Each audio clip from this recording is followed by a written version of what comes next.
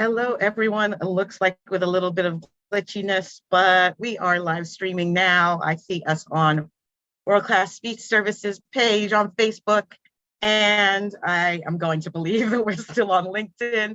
I am here with Ayana Mays, and I am so excited to talk to her today. I know that it's been a while since we've talked, but not actually that long because I keep on seeing you, Ayana, in these Yes. streets. So I'm excited that we continue to see each other in and around, in and around Queens, really. So welcome to our DEI Speech IQ, live stream. So I made sure that I was recording it. So welcome, Ayana, to the live stream. Cheers to you. Thank you for saying yes.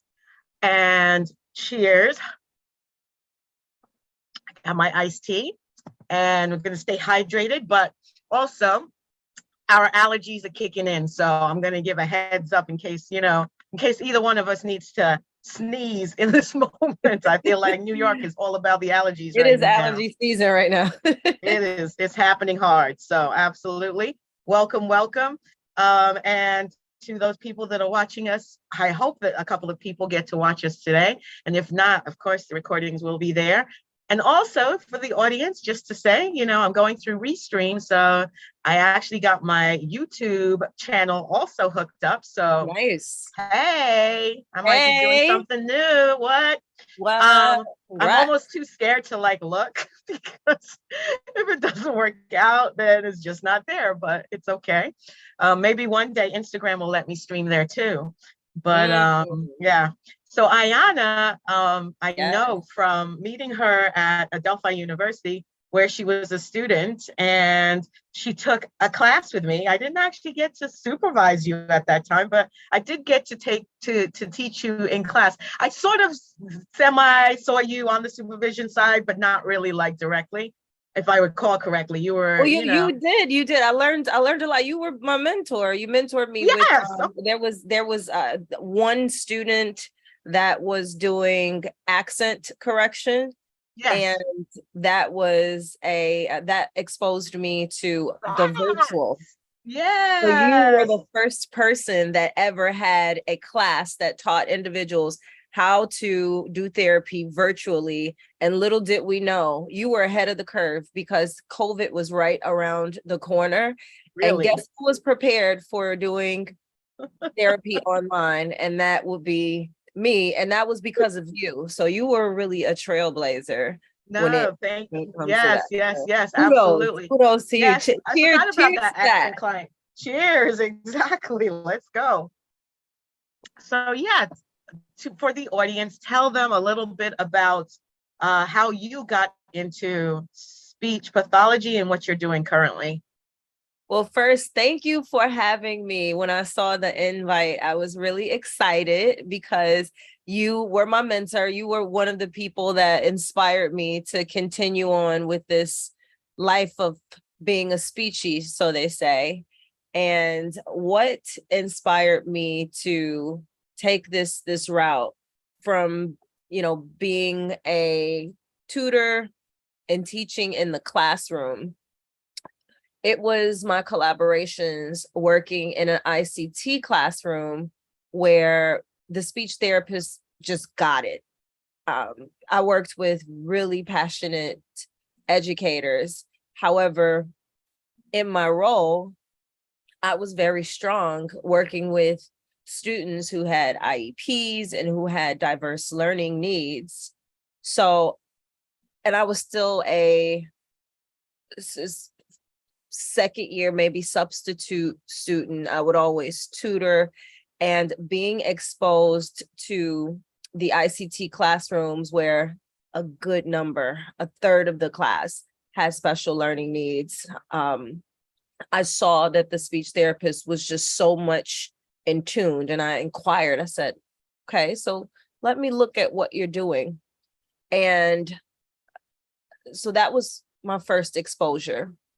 Then I have a business, Trackstar Tutoring, of course, and we work as a DOE agency servicing students with diverse needs. And what I encountered was the fact that in our neighborhoods, minority, mostly minority neighborhoods, when I looked at an IEP and I saw, or when parents called and asked, hey, listen, do you guys, my kid needs speech services. They haven't gotten speech services since they've been in school. And they were, in middle school. So I'm, what does that mean that they haven't gotten speech? So I looked into it and I started taking classes. Let me just rewind. I said, I tried to help them find speech therapists, and to my utter surprise, it was terrible. I couldn't find anyone. Yeah. I couldn't Not find not in our hood, right? South not Jamaica. in our hood, not in our hood. So I've always believed, if you want to see change, be the change. So I thought it was a good idea for me to go and invest. God knows how much a Delphi costs. But I decided to invest in myself. I took classes at Queens College because there are preliminary exams, and just kind of just blindly walked. And one of those different kind of cliche sayings, not if you make it, they will come, but that belief that, okay, just walk in the direction and you'll get where you need to go. And, I've graduated in 2019, and I currently have my C's. I supervise. Now I'm eligible to supervise. And so I've learned a lot along the way. So that's my. Yeah, absolutely. It's a lot. No, it's a lot.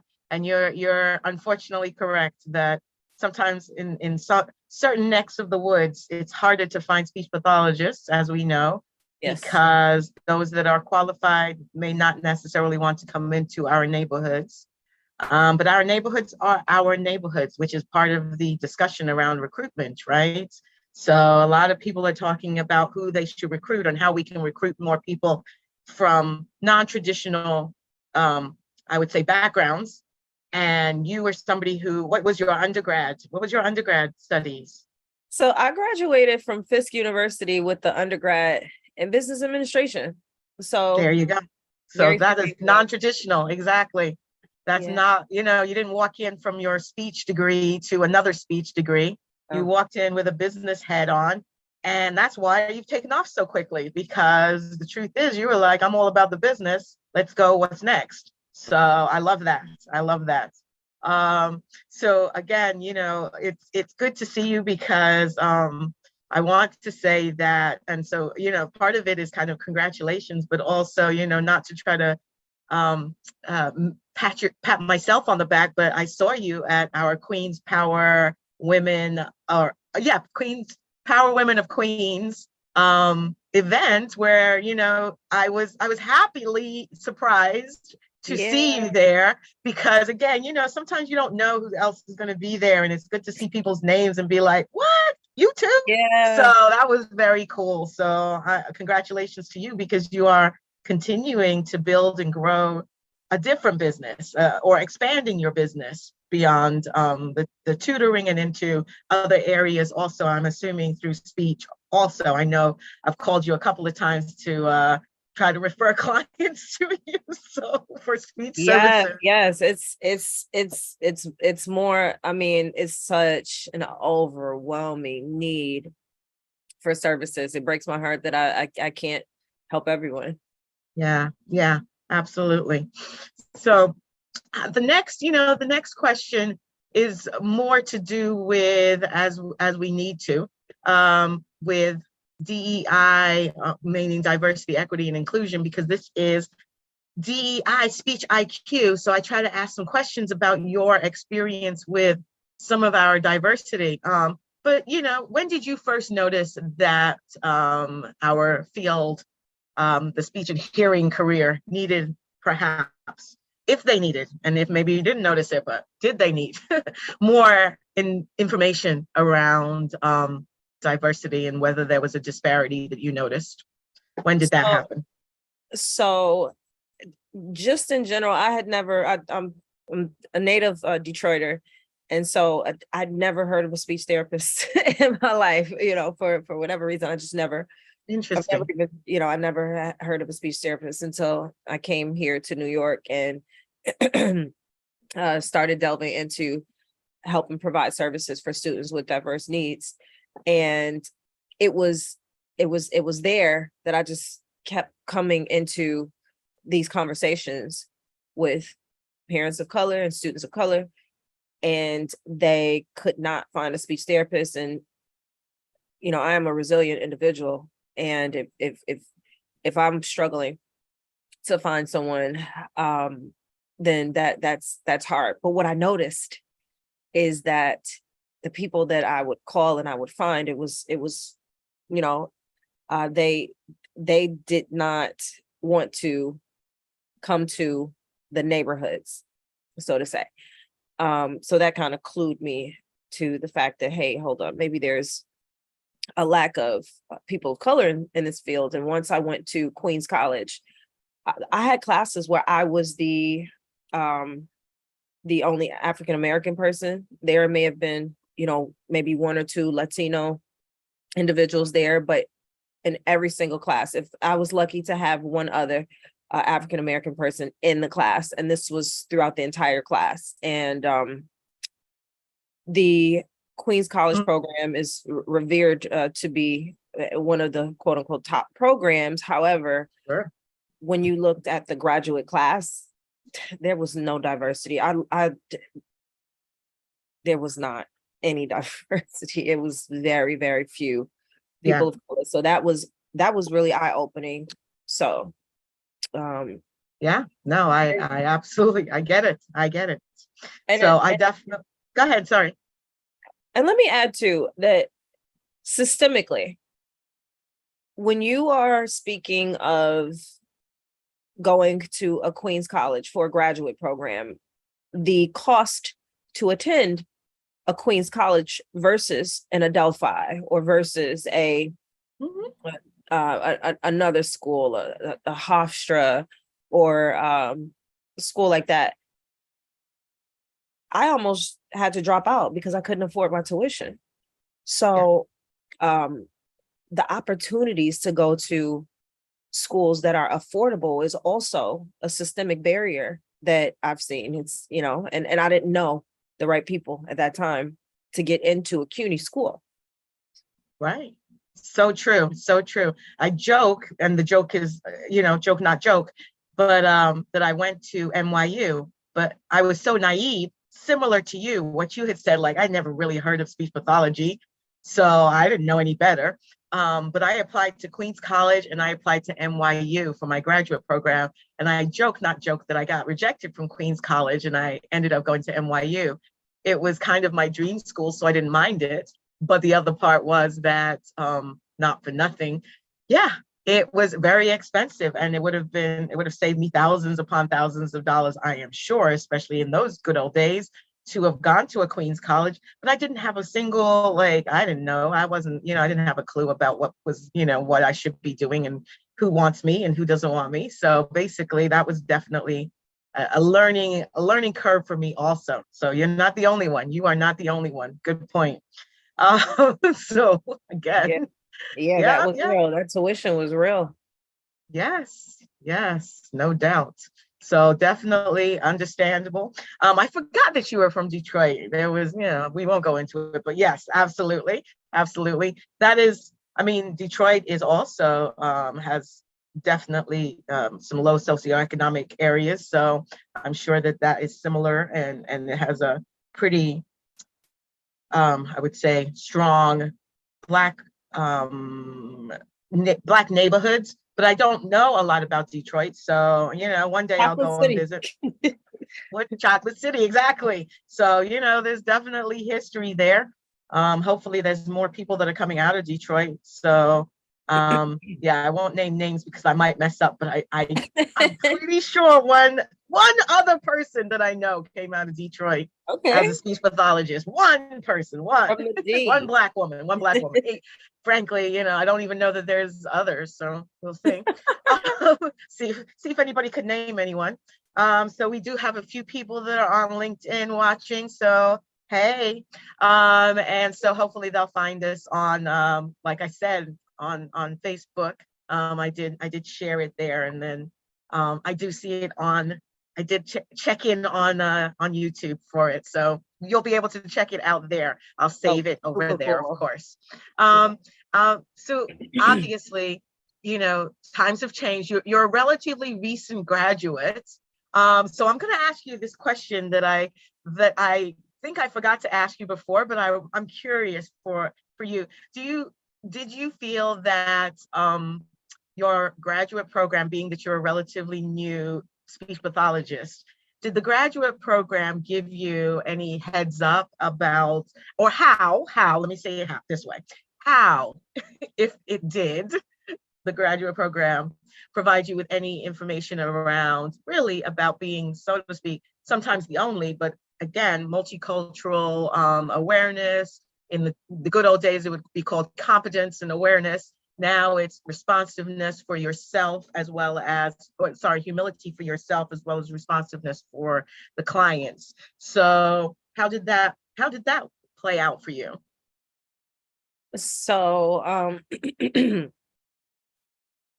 my experience in graduate school prepared me for diversity and inclusion by really through just experience.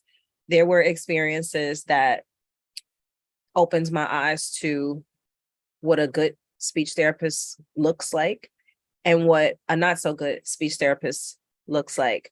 And who did I want to become? Who did I want to mimic? And what I did not want to keep as tools. And one of the exposures that I got, it was my externship, where I'm all about teaching in schools. And I said, hey, listen, placement director, this is my strong suit. Look at my resume. You see that I'm all about the kids.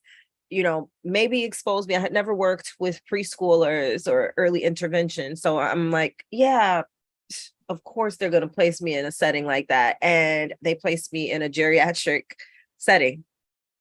And I was so disappointed. I'm let me get your supervisor. And I pay enough for my tuition to be able to choose where my externship will be. Interesting.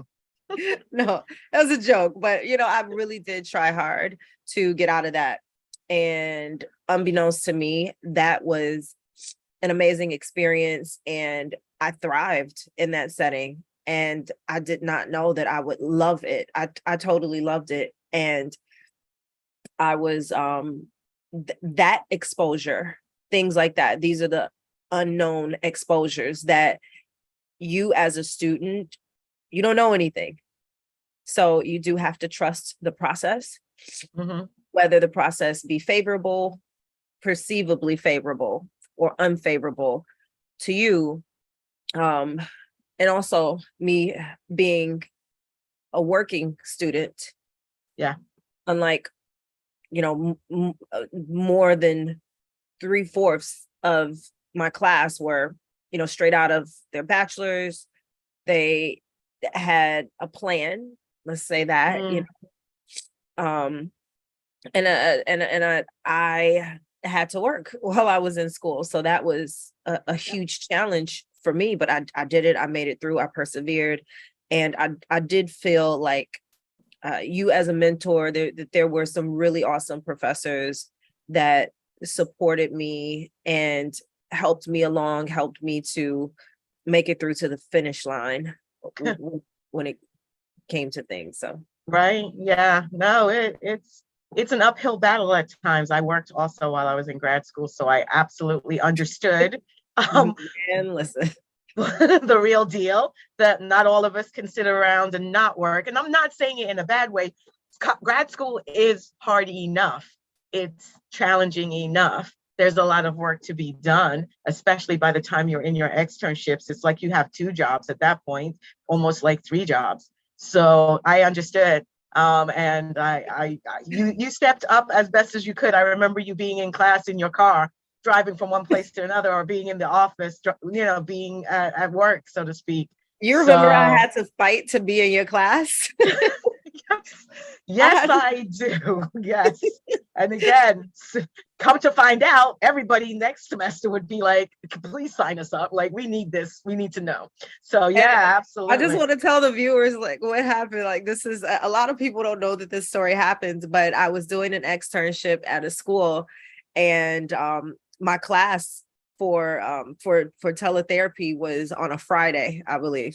Yeah. And it was during the day. And so at first I spoke with my supervisors at the school I was working with, and they were okay with it, but that's not how the program was supposed to run. So it was like an exception that they were giving me.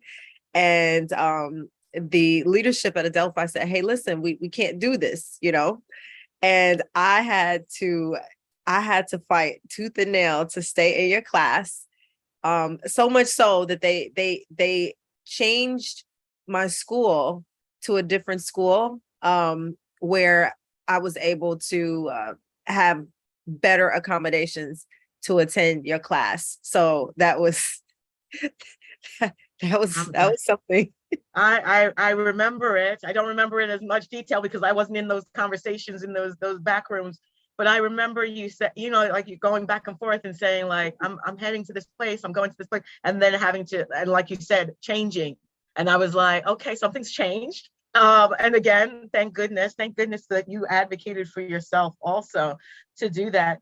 Actually, in that case, how has your perspective, if it has, of the program, or not just the program, excuse me, of the field for speech pathology, has that changed a little bit since you've been in it? Have people been differently aware of your, in some ways around culture, of course, and around diversity, but also just about your needs as a person that really did have to like consider, because I know you also take students and consider students in UCFs in your business as far as working with them.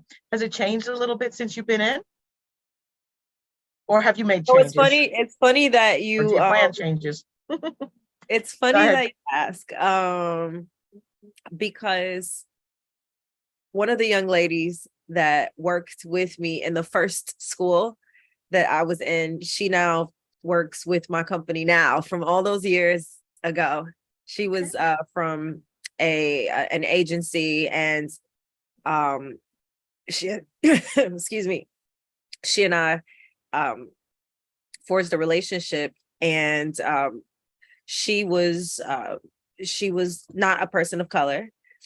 And however, I will say that as she and I worked together, as she was an independent provider for Trackstar, she was challenged by some middle schoolers, and she was ready to quit because the setting that we were in previously was a District 75, so the population is a different population than being in a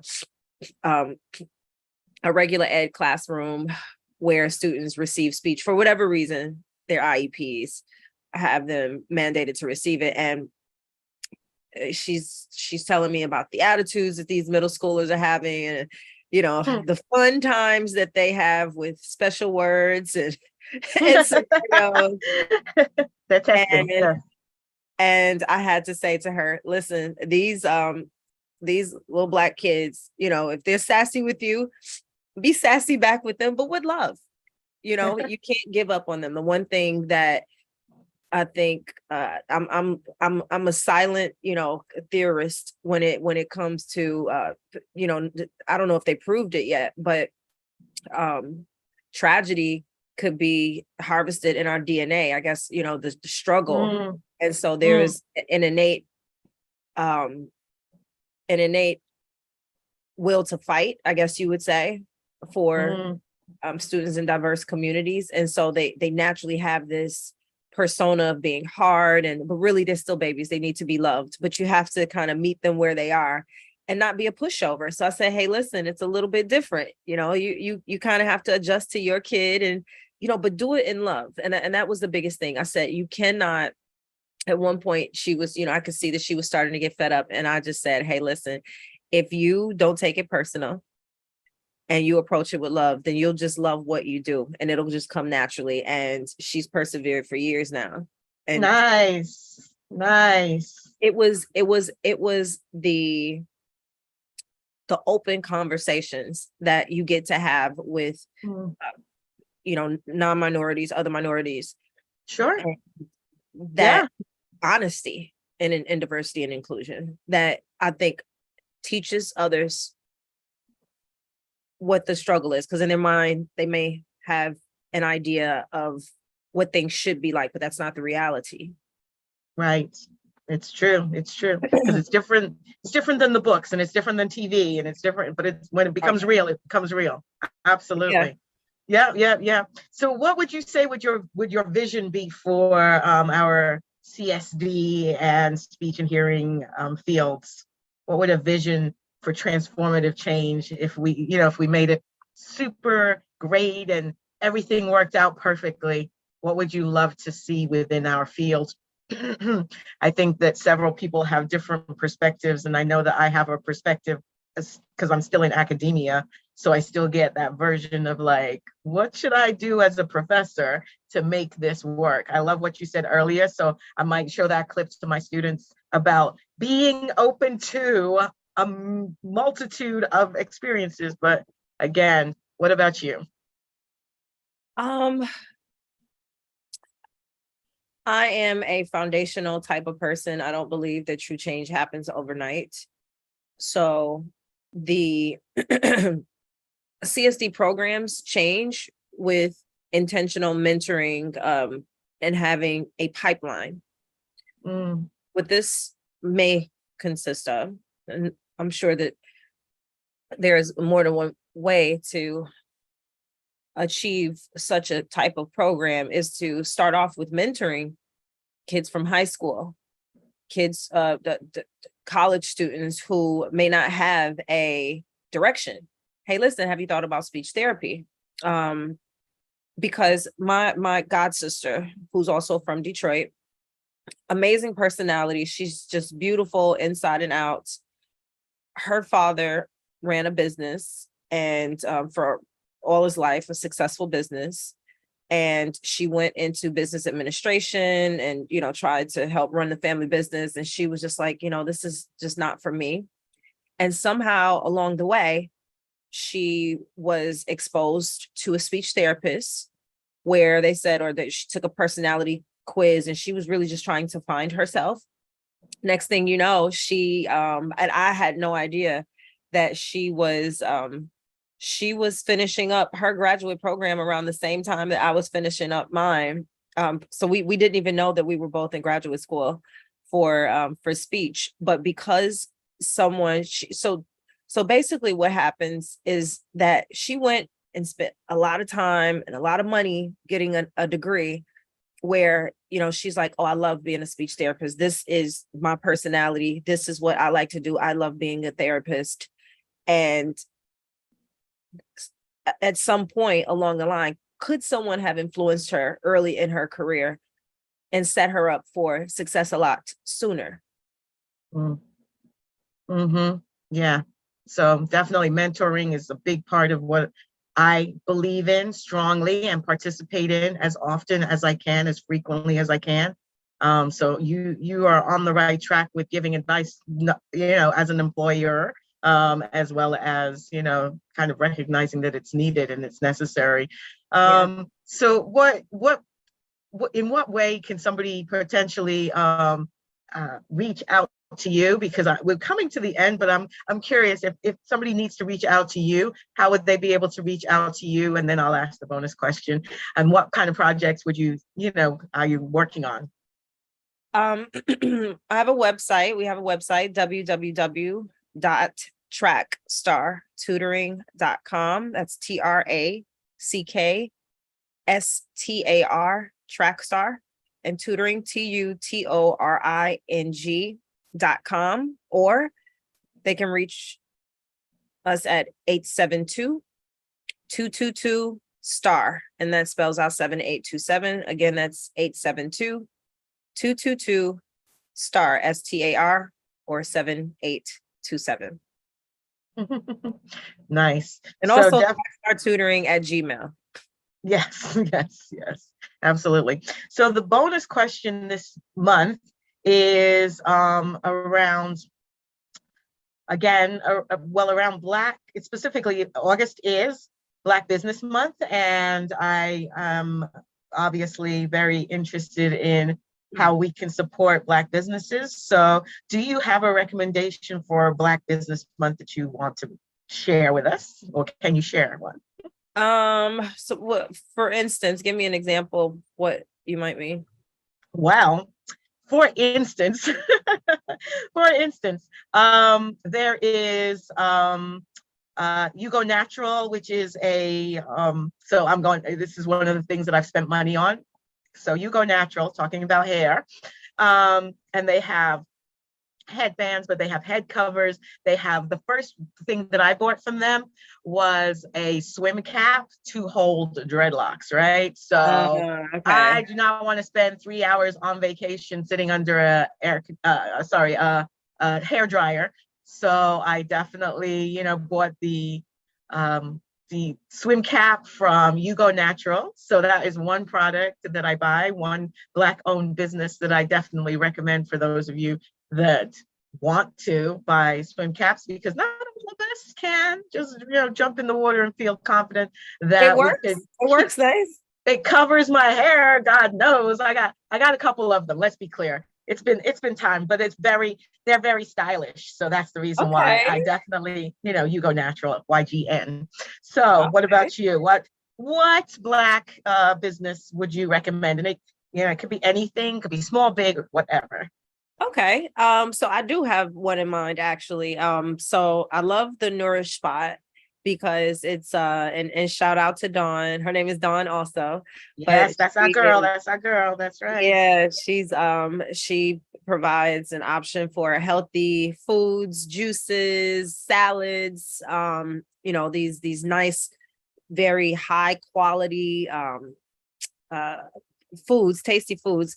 And it's in a minority area. So it's a what do you call it? A desert for food desert. Yes. A healthy food desert. Yes. Healthy food desert. And she's right there, and she's successful, and people are ordering their juices and their custom salads like crazy. And yogurt parfaits, by the way. So yogurt parfaits. Yeah. Yes. So shout out to Dawn.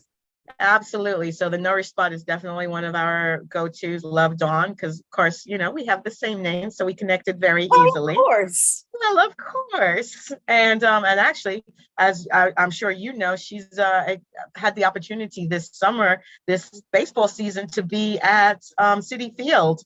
So she has a spot out in Citi Field, meaning where the New York Mets play, for those of you that are not in New York. But our baseball team, the New York Mets, play at Citi Field. And so she has got the opportunity to expand her business there. So that's a big exposure and a big contract. So good for her. So yes, I agree with you. I love that.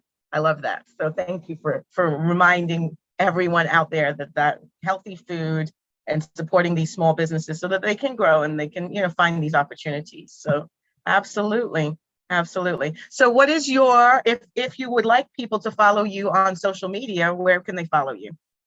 So I am on LinkedIn as Ayanna Mays, AYANNA Mays, MAYS. I'm also on Instagram as Yanni May, YANNI MAY. We also have a Trackstar Tutoring Instagram and Facebook, and my Facebook name is also Yanni Mays, YANNI MAYS. Perfect. So hopefully we will again see each other very soon. Thank you for joining me today. I appreciate your insight. Your work is very interesting. Cheers to you. Thank you for having me, Dawn. It was so good seeing you and catching up. So great to see you, of course. And I'll see you at the next event, which who knows right now, but God knows it could be a wedding. It could apparently. Yeah. We keep seeing each other everywhere. Bumping into each other. Absolutely. Thank you to those of you that are watching on LinkedIn. I'm not seeing the chat, so I hope that everybody is cool out there. We might need to respond to somebody out there, but either way, I see you. So that's great. And again, I'll be coming back actually next week to talk to another guest. So look forward to chatting then and seeing you then. But Ayana, I so appreciate you saying yes to this and look forward to seeing you again. Thank you for having me. Thank you so much for having me, Dawn. Appreciate it. Take care. Bye-bye. You too. Take care. Bye.